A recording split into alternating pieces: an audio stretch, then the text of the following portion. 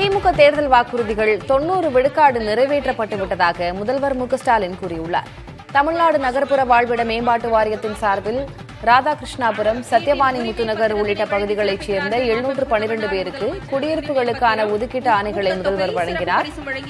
சென்னை புளியந்தோப்பில் நடைபெற்ற இதற்கான விழாவில் பேசிய அவர், புதுமை பெண், தமிழ் புதல்வன், காலை உணவு போன்ற திட்டங்கள் அறிவிக்கப்படாமலேயே செயல்படுத்தப்பட்டதாக கூறினார். வடசென்னை வளர்ச்சி திட்டத்திற்கான நிதி ஒதுக்கீடு 6400 கோடி ரூபாயாக உயர்த்தப்பட்டுள்ளதாகவும் முதலமைச்சர் மு க ஸ்டாலின் தெரிவித்தார். தேர்தல் நேரத்தில் அறிவித்த திட்டங்கள் 90% மேல் நிறைவேற்றி காட்டியிருக்கிறோம். இன்னும் மிச்சம் இருக்கக்கூடிய திட்டங்கள் என்ன என்று கேட்கலாம்.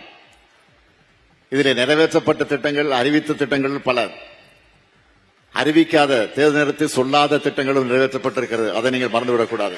பள்ளியில படித்து முடித்திருப்பது கல்லூரிக்கு செல்கிற போது மாதம் 1000 ரூபாய் அந்த மாணவிக்கு வழங்கப்படும் என்று அறிவித்து இன்றைக்கு அது வழங்கப்பட்டுக் கொண்டிருக்கிறது. அதனால்தான் இன்றைக்கு இந்த மாணவிகளெல்லாம் என்னை பார்த்து அப்பா அப்பா அப்பா என்று அழைக்கக்கூடிய ஒரு உணர்ச்சிகரமான அது நிகழ்ச்சியான செய்தியை நீங்களும் பார்த்திருப்பீர்கள்.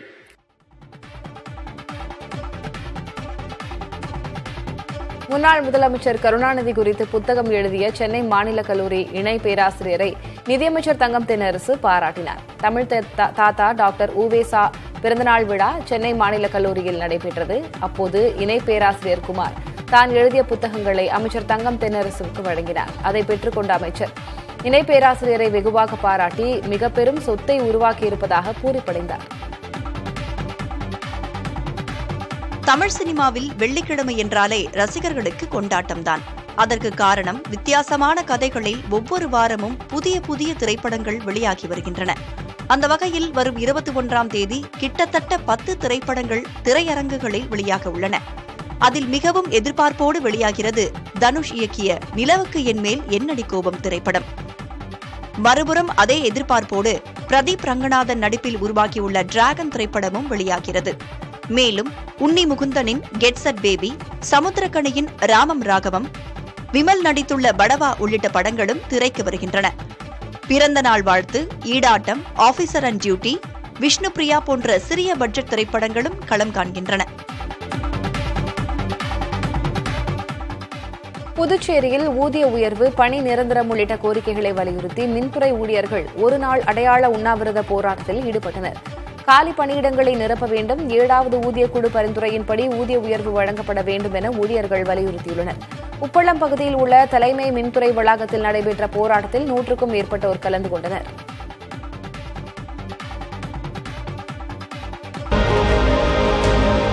மும்மொழி கொள்கைக்கு எதிராகவும் மத்திய அரசை கண்டித்தும் தமிழகத்தில் பல இடங்களில் பெண்கள் கோலமிட்டு எதிர்ப்பு தெரிவித்தனர். சென்னை அடுத்த மதுரவாயல் அருகே மகளிர் குழுவினர் ஒன்று கூடி மும்மொழி கொள்கைக்கு எதிர்ப்பு தெரிவித்து கோலமிட்டனர். அயப்பாக்கம் ஹவுசிங் போர்டு பகுதியில் தங்கள் வீடுகளுக்கு முன் ஹிந்தியை திணிக்காதே, தமிழர்களை வஞ்சிக்காதே, மீண்டும் மொழிப்போரை உருவாக்காதே உள்ளிட்ட வாசகங்களை கோலமாக வரைந்து பெண்கள் எதிர்ப்பு தெரிவித்தனர்.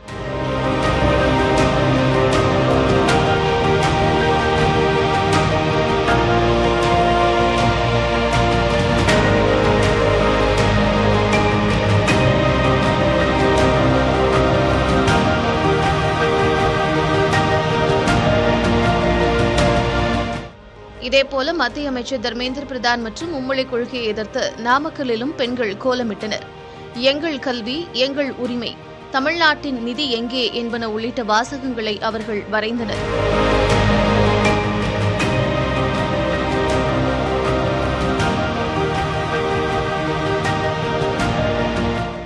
ஈரோடு மரப்பாலம் 43வது வார்டு பகுதியில் தமிழ்நாட்டின் வளர்ச்சி திட்டங்களுக்கு நிதி தராமல் வஞ்சிப்பதாக மத்திய அரசை கண்டித்து பெண்கள் கோலமிட்டனர். ஒன்றிய அரசு எங்களுக்கு என்ன பிச்சை போடுறது? முதல்ல நான் கேக்குறேன், என் பணத்தை வாங்கி நீ அனுபவிக்கிற, ஆனா எங்களுக்கு நீ கொஸ்டின் கேக்குற, நான் உங்களுக்கு ஏன் தரணும்? எங்க நிதி எங்களுக்கு தா, எங்க மக்களை எங்களுக்கு வாழ வைக்க தெரியும். இந்திய எங்களுக்கு குடுன்றது நீ சொல்லக்கூடாது. விருப்பப்பட்டு படிக்கிறவங்க படிக்கட்டும். எங்க பேங்க்ல போறேங்க, தமிழ ஒரு ஃபார்ம் எடுக்க கேக்குறாங்க. கேட்டா ஹிந்தில பேசுறாங்க. இந்தின்றது புதுசா வரனால எங்களுக்கு இந்தி கடுமையா இருக்கு அப்படின்றனால நாங்க எல்லாருமே இந்தியை எதிர்க்கிறோம். பொதுத்துறை காப்பீட்டு நிறுவனமான LIC புதிய ஸ்மார்ட் ஓய்வூதிய திட்டத்தை அறிமுகப்படுத்தியுள்ளது. இத்திட்டத்தில் குறிப்பிட்ட தொகையை ஒருமுறை செலுத்தினால் வாழ்நாள் முழுவதும் ஓய்வூதியம் பெறலாம் என அறிவிக்கப்பட்டுள்ளது. இந்த திட்டத்தை மத்திய நிதித்துறை செயலர் நாகராஜு மற்றும் LICயின் தலைமை நிர்வாக அதிகாரி சித்தார்த் மொஹந்தி ஆகியோர் தொடங்கி வைத்தனர். இத்திட்டத்தில் குறைந்தபட்ச முதலீட்டுத் தொகை 1 லட்சம் ரூபாய் என்றும் 18 வயது முதல் 100 வயது வரை உள்ள எவரும் சேர முடியும் எனவும் தெரிவிக்கப்பட்டுள்ளது. ஓய்வூதியத்தை காலாண்டு, அரையாண்டு அல்லது ஓராண்டு அடிப்படையில் பெற முடியும் என கூறப்பட்டுள்ளது.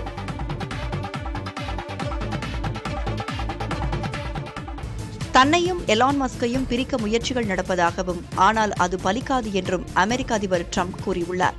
அமெரிக்க தொலைக்காட்சி ஒன்றிற்கு ட்ரம்பும் மஸ்கும் கூட்டாக பேட்டியளித்தனர். அப்போது பேசிய ட்ரம்ப் தனக்கு கிடைக்கும் 98 விழுக்காடு விளம்பரம் எதிர்மறையானதுதான் என தெரிவித்தார். ஆனால் அதை தான் விரும்புவதாகவும் ட்ரம்ப் கூறினார். எலான் மஸ்கிடமிருந்து தான் என்ன கற்றுக்கொண்டேன் என்பது மக்களுக்கு தெரியும் என்றும் அவர்கள் புத்திசாலிகள் என்றும் என்ன நடந்து கொண்டிருக்கிறது என்று தெரியும் என்றும் ட்ரம்ப் கூறினார். இதைத் தொடர்ந்து பேசிய எலான் மஸ்க் தான் ட்ரம்ப் மீது மிகுந்த அன்பு வைத்திருப்பதாக தெரிவித்தார். இருவரும் பரஸ்பரம் புகழ்ந்து கொண்ட நிலையில் அண்ணன் தம்பியை பேட்டி எடுப்பது போல் இந்த கலந்துரையாடல் இருந்ததாக நிகழ்ச்சியை நெறியாள்கை செய்த செய்தியாளர் ஷான் ஹானிட்டி தெரிவித்தார்.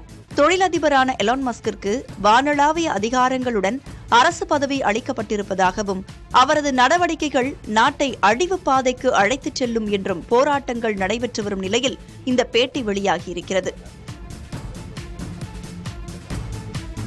அமெரிக்காவில் சட்டவிரோதமாக குடியேறியவர்களை திருப்பி அனுப்பும் முன் அவர்கள் கைகளில் விலங்கிட்டு கால்களை சங்கிலியால் கட்டும் புதிய வீடியோவை வெள்ளை மாளிகை வெளியிட்டுள்ளது.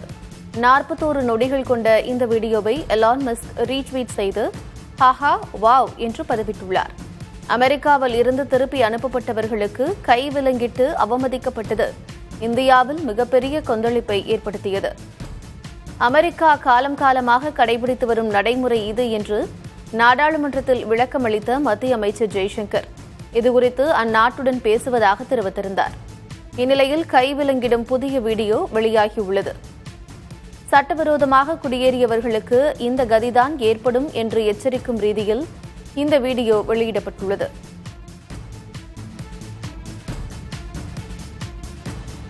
அமெரிக்காவில் சட்டவிரோதமாக குடியேறிய இந்தியர்களில் சுமார் 400 நபர்கள் 3ஆம் கட்டமாக திருப்பி அனுப்பப்பட்டுள்ளனர். மேலும் சிலர் மத்திய அமெரிக்க நாடான பனாமாவுக்கு அனுப்பப்பட்டுள்ளனர். இந்தியர்கள் தவிர ஈரான், இலங்கை, பாகிஸ்தான், நேபாளம், சீனா உள்ளிட்ட நாடுகளைச் சேர்ந்த 300 நபர்கள் பனாமாவில் உள்ள விடுதிகளில் அடைத்து வைக்கப்பட்டிருக்கின்றனர். இவர்களை அந்தந்த நாடுகள் திரும்ப அழைத்துக் கொள்ளும் வரை பாதுகாத்து வைத்திருக்கப் போவதாக பனாமா அரசு தெரிவித்திருக்கிறது. அமெரிக்கா அளித்த நெருக்கடிகளுக்கு உட்பட்டு சட்டவிரோத குடியேறிகளை பனாமா தற்காலிகமாக ஏற்றுக்கொண்டுள்ளது.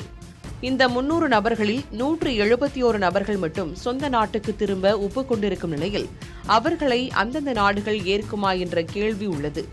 இது தவிர நாடு திரும்ப விரும்பாதவர்களை பனாமா வைத்திருக்க வேண்டிய கட்டாயமும் ஏற்பட்டிருக்கிறது. அமெரிக்கா தவிர வேறு நாடுகளில் இருந்து சட்டவிரோத குடியேறிகளை ஏற்பது குறித்து இந்தியா எதுவும் கூறவில்லை என்பது குறிப்பிடத்தக்கது. அமெரிக்காவின் விண்வெளி ஆய்வு நிறுவனமான நாசாவில் 10 விழுக்காடு பணியாளர்களை பணி நீக்கம் செய்து ட்ரம்ப் அரசு உத்தரவிட்டுள்ளது. ட்ரம்ப் அதிபரான பிறகு அரசின் செலவுகளை அதிக அளவில் குறைத்து வருகிறார். இதன் ஒரு பகுதியாகவே இந்த பணி நீக்க நடவடிக்கை மேற்கொள்ளப்பட்டுள்ளதாக தகவல் வெளியாகியுள்ளது. சுமார் 1000 தற்காலிக பணியாளர்கள் மற்றும் 750 நிரந்தர பணியாளர்கள் நீக்கம் செய்யப்பட்டுள்ளதாக தெரிவிக்கப்பட்டுள்ளது. 750 நாசா ஊழியர்கள் அரசின் அழுத்தத்தால் விருப்ப ஓய்வு பெற விண்ணப்பித்திருப்பதாகவும் கூறப்படுகிறது. இந்த நடவடிக்கைக்கு அமெரிக்காவில் உள்ள அறிவியல் அமைப்பு கண்டனத்தை பதிவு செய்திருக்கிறது. சுமார் 20 லட்சம் விஞ்ஞானிகளை உறுப்பினராக கொண்ட இந்த அமைப்பில் அமெரிக்க அரசுக்கு திறந்த கடிதம் ஒன்று எழுதப்பட்டிருக்கிறது. அதில் முறையற்ற பணி நீக்கங்கள் நாசாவின் திறனை மேம்படுத்தும் வகையில் இருக்க வேண்டுமே தவிர சீர்குலைக்கும் வகையில் இருக்கக்கூடாது என குறிப்பிடப்பட்டுள்ளது. ஆனால் எந்த முக்கிய விஞ்ஞான திட்டங்களுக்கும் திறன் வாய்ந்த விஞ்ஞானிகளுக்கும் இதனால் பாதிப்பு ஏற்படாது என தெரிவித்துள்ள வெள்ளை மாளிகை வட்டாரங்கள் நிர்வாக பணியில் ஈடுபட்ட ஊழியர்கள் மட்டுமே நீக்கப்பட்டிருப்பதாக விளக்கமளித்திருக்கிறது.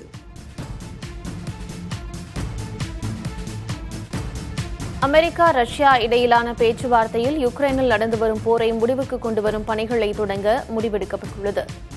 யுக்ரைன் ரஷ்யா இடையிலான போர் 3 ஆண்டுகளாக நடைபெற்று வரும் நிலையில் இதற்கு தீர்வு காணும் நோக்கத்தில் ரஷ்யாவுடன் பேச்சுவார்த்தை நடத்த அமெரிக்க அதிபர் டொனால்டு டிரம்ப் தலைமையிலான அரசு முடிவு செய்தது.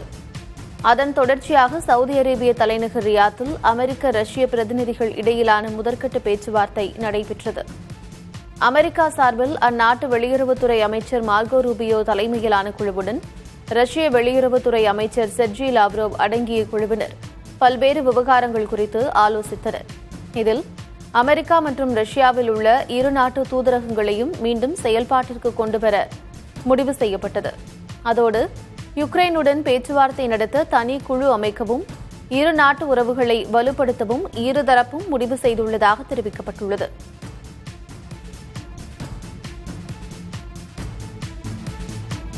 நாட்டோ அமைப்பில் யுக்ரைன் உறுப்பினராவதை ஏற்றுக்கொள்ள முடியாது என்று ரஷ்யா தெரிவித்துள்ளது. அமெரிக்காவுடனான பேச்சுவார்த்தைக்கு பிறகு செய்தியாளர்களை சந்தித்த ரஷ்ய வெளியுறவுத்துறை அமைச்சர் செர்ஜி லாவ்ரோவ், நாட்டோ அமைப்பை விரிவாக்கம் செய்து யுக்ரைனை உறுப்பினராப்பது ரஷ்ய நலன்களுக்கு நேரடி அச்சுறுத்தலாக அமைந்துவிடும் என்று குறிப்பிட்டார். நாட்டோ உறுப்பினராவதை தங்களால் ஏற்றுக்கொள்ள முடியாது என்று குறிப்பிட்ட அவர் இதை அமெரிக்க பிரதிநிதிகளிடம் எடுத்துரைத்திருப்பதாக தெரிவித்தார்.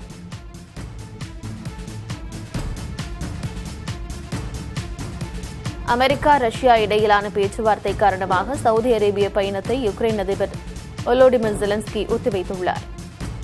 யுக்ரைன் ரஷ்யா இடையிலான போரை முடிவுக்கு கொண்டுவர சவுதி அரேபிய தலைநகர் ரியாத்தில் ரஷ்யாவுடன் அமெரிக்கா பேச்சுவார்த்தை நடத்தும் நிலையில் அந்த பேச்சுவார்த்தையில் பங்கேற்க யுக்ரைனுக்கு அழைப்பு விடுக்கப்படாதது யுக்ரைன் அதிபருக்கு அதிருப்தியை ஏற்படுத்தியுள்ளது. இதன் காரணமாக சவுதி அரேபிய பயணத்தை யுக்ரைன் அதிபர் ஜெலன்ஸ்கி ஒத்திவைத்துள்ளார். துருக்கியில் அந்நாட்டு அதிபர் எர்டோகனை சந்தித்த பின் செய்தியாளர்களிடம் பேசியபோது ஜெலன்ஸ்கி இதனை தெரிவித்தார். அதோடு வரும் மார்ச் 10ஆம் தேதி சவுதி அரேபியாவுக்கு பயணிக்க இருப்பதாகவும் தெரிவித்துள்ளார்.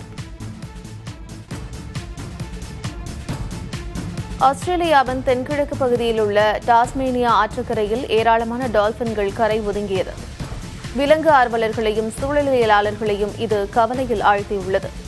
சுமார் 20 அடி நீளத்திற்கு 1.5 டன் எடையுடன் குட்டி திமிங்கலத்திற்கு நிகராக இந்த டால்பின்கள் உள்ளன.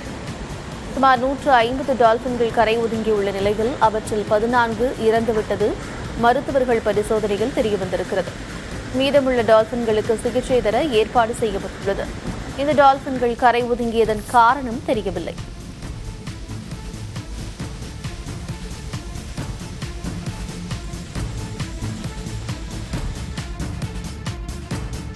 மருத்துவமனையில் அனுமதிக்கப்பட்டுள்ள போப் பிரான்சிஸுக்கு நிமோனியா நோயால் 2 நுரையீரல்களும் பாதிக்கப்பட்டுள்ளதாக மருத்துவமனை தரப்பில் தெரிவிக்கப்பட்டுள்ளது. அவருக்கு மேற்கொள்ளப்பட்ட சிடி ஸ்கேன் பரிசோதனையில் நுரையீரல்கள் பாதிக்கப்பட்டிருப்பது தெரியவந்துள்ளதாகவும் சுவாச குழாய் தொற்றை சரி செய்ய தொடர்ந்து சிகிச்சை அளிக்கப்பட்டு வருவதாகவும் மருத்துவர்கள் தெரிவித்துள்ளனர். பல நாட்களாக மூச்சுக்குழாய் அலர்ஜி காரணமாக சிரமப்பட்டு வந்த போப் பிரான்சிஸ் கடந்த வாரம் ரோம் ஜெமெல்லி மருத்துவமனையில் அனுமதிக்கப்பட்டார்.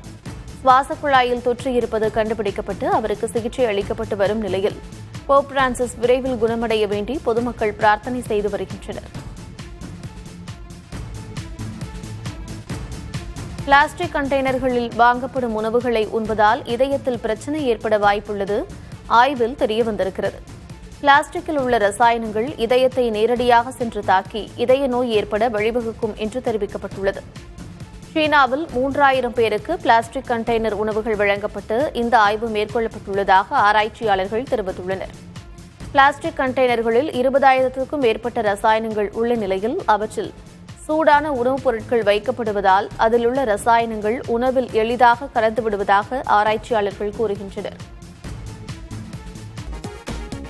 உரிய ஏற்பாடுகள் செய்யாததால் உயிரிழப்புகள் ஏற்படும் நிகழ்வாக கும்பமேளா மாறிவிட்டது என மேற்கு வங்க முதலமைச்சர் மம்தா பானர்ஜி கூறியதற்கு கடும் எதிர்ப்பு கிளம்பியுள்ளது.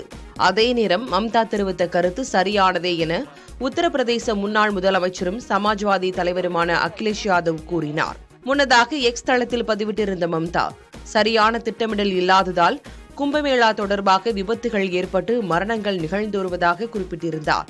ஆற்றில் கூட்ட நெரிசலால் ஏற்பட்ட மரணங்கள், டெல்லி ரயில் நிலையத்தில் கூட்ட நெரிசலில் ஏற்பட்ட மரணங்கள் உள்ளிட்டவற்றை சுட்டிக்காட்டி இந்த விமர்சனத்தை மம்தா முன்வைத்திருந்தார்.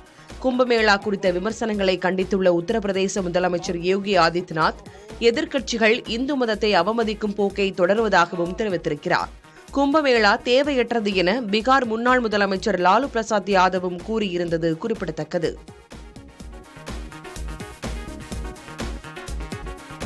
ஆந்திரா, ஒடிஷா உள்ளிட்ட 5 மாநிலங்களில் ஏற்பட்ட இயற்கை பேரிடர்களை எதிர்கொள்ள கூடுதல் நிதியுதவியை மத்திய உள்துறை அமைச்சகம் அறிவித்துள்ளது. ஆந்திரா, தெலங்கானா, ஒடிஷா, நாகாலாந்து, திரிபுரா ஆகிய 5 மாநிலங்களுக்கு தேசிய பேரிடர் நிவாரண நிதியிலிருந்து 1555 கோடியை ஒதுக்குவதற்கான முடிவுக்கு மத்திய உள்துறை அமைச்சர் அமித்ஷா தலைமையிலான உயர்மட்ட குழு ஒப்புதல் அளித்துள்ளது. கடந்த ஆண்டில் ஏற்பட்ட வெள்ளம், நிலச்சரிவுகளால் ஏற்பட்ட பாதிப்புகளை எதிர்கொள்ள இந்த தொகை ஒதுக்கப்பட்டுள்ளது. இந்த 5 மாநிலங்கள் பட்டியலில் தமிழகம் இடம்பெறவில்லை என்பது குறிப்பிடத்தக்கது.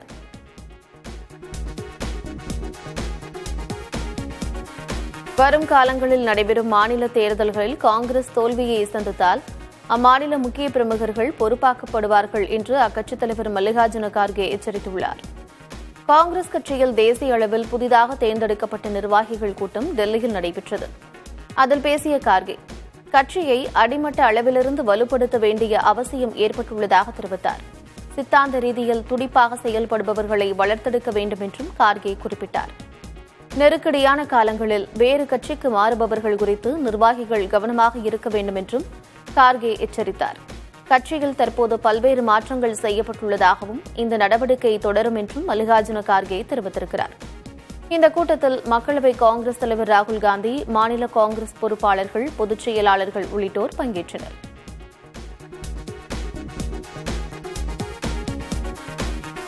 மேகதாது திட்டத்திற்கு விரைந்து அனுமதி அளிக்க வேண்டும் என்று மத்திய அரசை கர்நாடக துணை முதலமைச்சர் சிவக்குமார் வலியுறுத்தியுள்ளார். ராஜஸ்தானில் மாநில நீர்வளத்துறை அமைச்சர்களின் 2ஆம் ஆண்டு மாநாடு நடைபெற்று வருகிறது. இந்த மாநாட்டில் பேசிய கர்நாடக துணை முதலமைச்சர் சிவக்குமார், தமிழகத்திற்கு தடையின்றி தண்ணீர் வழங்கவும், பெங்களூரின் குடிநீர் தேவையை நிவர்த்தி செய்யவும் மேகதாது அணை கட்ட கர்நாடக அரசு முடிவு செய்துள்ளதாக தெரிவித்தார். அணைக்கான திட்ட அறிக்கை மத்திய அரசிடம் சமர்ப்பிக்கப்பட்டுவிட்டதாகவும், ஆனால் அவர்களிடமிருந்து பதில் வரவில்லை என்றும் குறிப்பிட்ட அவர், முன்னுரிமை அடிப்படையில் திட்டத்திற்கு விரைந்து அனுமதி அளிக்க வேண்டும் என்று வலியுறுத்தினார்.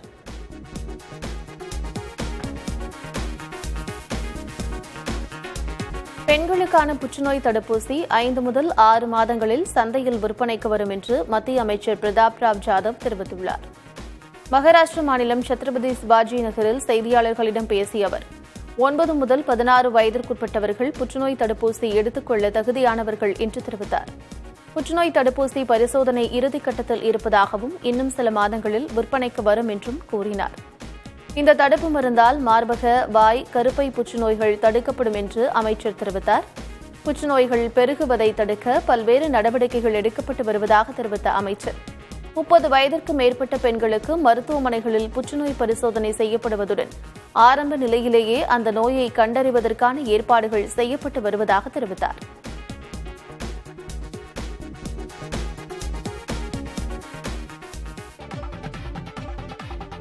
அரியலூர் நகரில் உள்ள கிருஷ்ணன் கோயிலில் சீரமைப்பு பணியின் போது நிலதானம் வழங்கிய கல்வெட்டு கண்டுபிடிக்கப்பட்டது. 285 ஆண்டுகளுக்கு முன்பு 1742ஆம் ஆண்டு அரியலூர் ஜமீன்தார் விஜய ஒப்பில்லாத மழவராயரால் பொறிக்கப்பட்ட கல்வெட்டு கண்டுபிடிக்கப்பட்டது. 4 அடி உயரமுள்ள கல்வெட்டில் 3 புறமும் தமிழ் எழுத்துக்களால் நிலதானம் வழங்கியதற்கான குறிப்புகள் பொறிக்கப்பட்டுள்ளன. வாமன அவதார சிற்பமும் கல்வெட்டில் பொறிக்கப்பட்டுள்ளதாக அரசு கல்லூரி வரலாற்றுத்துறை தலைவர் ரவிச்சந்திரன் தெரிவித்தார். கிட்டத்தட்ட ஒரு 30-40 வரிகள் உள்ள கல்வெட்டு தான், சின்ன சின்ன வரிகளாக இருக்கின்றது. ஸோ அதில் தெளிவாக நமக்கு இருக்கின்றது, விஜய ஒப்பில்லாத மலவராயர் அரியலூர் ஜமீன் அவர்கள்தான் இந்த கோயிலுக்கு நிலம் வழங்கியதை பற்றி தெரிவிக்கின்ற ஒரு கல்வெட்டாக இது இருக்கின்றது. இதனுடைய வாசகங்களை படித்து ஆராய்ந்து இதில் முழுமையான பொருள் என்ன என்பதை பின்னர் தெரிவிக்கப்படும். ராமேஸ்வரம் மீனவர்கள் 12 பேருக்கு அபராதமும் ஒருவருக்கு 1.5 ஆண்டு சிறை தண்டனையும் விதித்து இலங்கை நீதிமன்றம் உத்தரவிட்டுள்ளது. ராமேஸ்வரம் மீன்பிடி துறைமுகத்திலிருந்து மீன்பிடிக்க சென்ற 14 மீனவர்களை இலங்கை கடற்படை கைது செய்தது. இது தொடர்பான வழக்கு கிளிநொச்சி நீதிமன்றத்தில் விசாரணைக்கு வந்தது. அப்போது நீதிபதி 12 மீனவர்களுக்கு அந்நாட்டு பணத்தில் 50,000 ரூபாய் அபராதம் விதித்தார். அபராதத்தை செலுத்தினால் விடுதலை செய்ய ஆணையிட்டார். மேலும் ஜான் போஸ் என்பவர் படகு உரிமையாளராக இருந்ததால் அவருக்கு இந்திய மதிப்பில் 1,20,00,000 அபராதம் விதித்தார். ஆரோன் என்ற மீனவருக்கு 18 மாத சிறை தண்டனையும் இலங்கை பணத்தில் 50,000 ரூபாய் அபராதமும் விதிக்கப்பட்டது. அபராதம் விதிக்கப்பட்டவர்கள் அந்த தொகையை செலுத்திய பிறகு விடுவிக்கப்படுவார்கள் என்று இந்திய துணை தூதரக அலுவலக அதிகாரிகள் கூறியுள்ளனர். அமெரிக்க நிறுவனமான டெஸ்லாவின் மின்சார வாகனங்கள் வரும் ஏப்ரல், மே மாதங்களில் இந்தியாவில் விற்பனைக்கு வரும் என்று எதிர்பார்க்கப்படுகிறது. ஜெர்மனியின் பெர்லின் நகரில் உள்ள ஆலையிலிருந்து டெஸ்லா கார்களை இந்தியாவிற்கு இறக்குமதி செய்து விற்பனையை தொடங்கியிருப்பதாகவும் தகவல்கள் வெளியாகியுள்ளன. இதற்காக மும்பையின் BKC வர்த்தக மையம் மற்றும் டெல்லியில் உள்ள ஏரோசிட்டியில் டெஸ்லா ஷோரூம்கள் திறக்கப்பட உள்ளதாக கூறப்படுகிறது. முதற்கட்டமாக 21 லட்சம் ரூபாய் மதிப்பிலான டெஸ்லா கார்கள் இந்திய சந்தைக்கு விற்பனைக்கு வரும் என்று கூறப்படுகிறது. ஆனால் தங்களின் மின்சார வாகனங்களை இந்தியாவில் உற்பத்தி செய்வதற்கான எந்த உறுதியையும் டெஸ்லா இதுவரை அறிவிக்கவில்லை. அதே நேரம் இந்திய உற்பத்தியாளர்களிடமிருந்து உபகரணங்களை வாங்கும் திட்டம் வைத்திருப்பதாக கூறப்படுகிறது.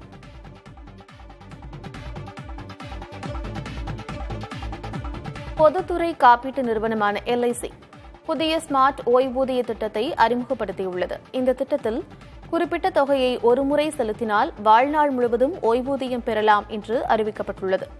இந்த திட்டத்தை மத்திய நிதித்துறை செயலர் நாகராஜு மற்றும் LICயின் தலைமை நிர்வாக அதிகாரி சித்தார்த் மஹந்தி ஆகியோர் தொடங்கி வைத்தனர். இந்த திட்டத்தில் குறைந்தபட்ச முதலீட்டு தொகை 1 லட்சம் ரூபாய் என்றும் 18 வயது முதல் 100 வயது வரை உள்ள எவரும் சேர முடியும் எனவும் தெரிவிக்கப்பட்டுள்ளது.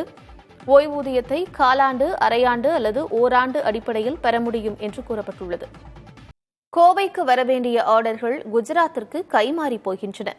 இப்படியே போனால் பம்பு செட் உற்பத்தி மற்றும் அது சார்ந்த தொழில்கள் அழிந்துவிடும் என்று அஞ்சுகிறார்கள் சிறு குறு தொழில் நிறுவனத்தினர்.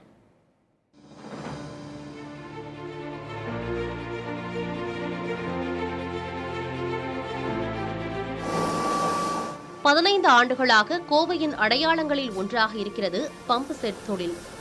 இந்தியாவில் கொல்கத்தா, அகமதாபாத், பெல்காம் ஆகிய பகுதிகளுக்கு அடுத்தபடியாக கோவை மாவட்டத்தில் இரும்பு உருக்கு ஆலைகள் அதிக அளவில் உள்ளன. கோவையில் 400 சிறு குறு பவுண்டரி நிறுவனங்களும் 150 நடுத்தர நிறுவனங்களும் 50 பெரு நிறுவனங்களும் என 600 பவுண்டரி நிறுவனங்கள் இருந்தன. இதில் 400ஆக இருந்த சிறு குறு பவுண்டரி நிறுவனங்கள் 250ஆக கடந்த 4 ஆண்டுகளாக குறைய தொடங்கியுள்ளன. மூலப்பொருட்கள் விலையேற்றம் காரணமாக பம்பு செட் கிரைண்டர் தொழில் இடம்பெயர்ந்து குஜராத்தை நோக்கி சென்று வருகிறது. மற்ற மாநிலங்களின் பவுண்டரி தொழில்களுடன் போட்டியிட முடியாத நிலை உள்ளதாக கூறுகிறார்கள் உலோக வார்ப்பு உற்பத்தி நிறுவன உரிமையாளர்கள். அதில் இன்னொரு பகுதி இங்கே என்ன பார்க்க போனீங்கன்னா, இங்கே இருக்கக்கூடிய தொழில் முனைவோர்களுக்கு கடுமையான நெருக்கடி என்பது உதிரி பாகங்கள். இங்கே இருக்கக்கூடிய பிராண்டட் சொல்லக்கூடிய நிறுவனங்களே அதுக்கு அவர்கள் செய்யக்கூடிய பம்புகளுக்கு உதிரி பாகங்கள் குஜராத்திலிருந்து வாங்கிக்கிறாங்க. அவர்கள் அப்படி வாங்குவதனால் இங்கே இருக்கக்கூடிய அந்த உதிரி பாகங்கள் செய்து கொடுத்து கொண்டிருந்த குறு சிறு தொழில்கள் அதனால் கடுமையான பாதிப்பை நாங்கள் சந்தித்து கொண்டிருக்கிறோம். அது மட்டும் இல்லாமல் எங்களுக்கு கொடுக்கிற உதிரி பாகங்கள் அவர் கேட்குற காஸ்ட் ஆஃப் ரேட்டுக்கு எங்களால் கொடுக்க முடியல. காரணம் என்னன்னு கேட்டிங்கன்னா, ரா மெட்டீரியலும் வட மாநிலங்களில் வருகிறது. எங்களுக்கு வேண்டிய மூலப்பொருட்கள் அனைத்தும் வட மாநிலங்களிலிருந்து வருவதால் அந்த விலைக்கு கொடுக்க முடிகிறதில்லை.